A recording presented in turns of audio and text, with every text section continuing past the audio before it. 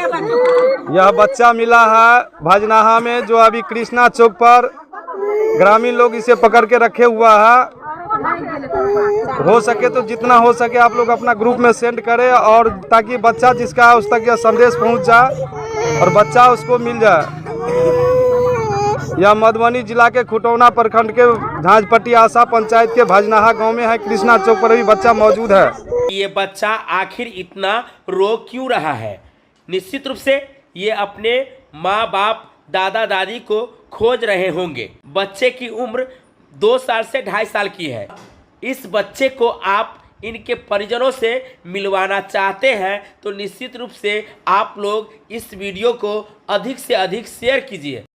आप इसे व्हाट्सएप पर शेयर कीजिए, आप अपने फेसबुक ग्रुपों में शेयर कीजिए, आप इसे इंस्टा पे शेयर कीजिए, या कहें सोशल मीडिया के विभिन्न प्लेटफॉर्मों पर शेयर कीजिए। हम लोगों का एक छोटा सा प्रयास इस बच्चे के माँ बाप से मिलाने में एक बहुत बड़ा उपकार होगा। तो ऐसे उपकार में आप लोगों की सहयोग की आवश्यकता है। वैसे बता दें कि ये बच्चा मधुबनी जिला के खुटौना प्रखंड के भजनाहा गांव में है।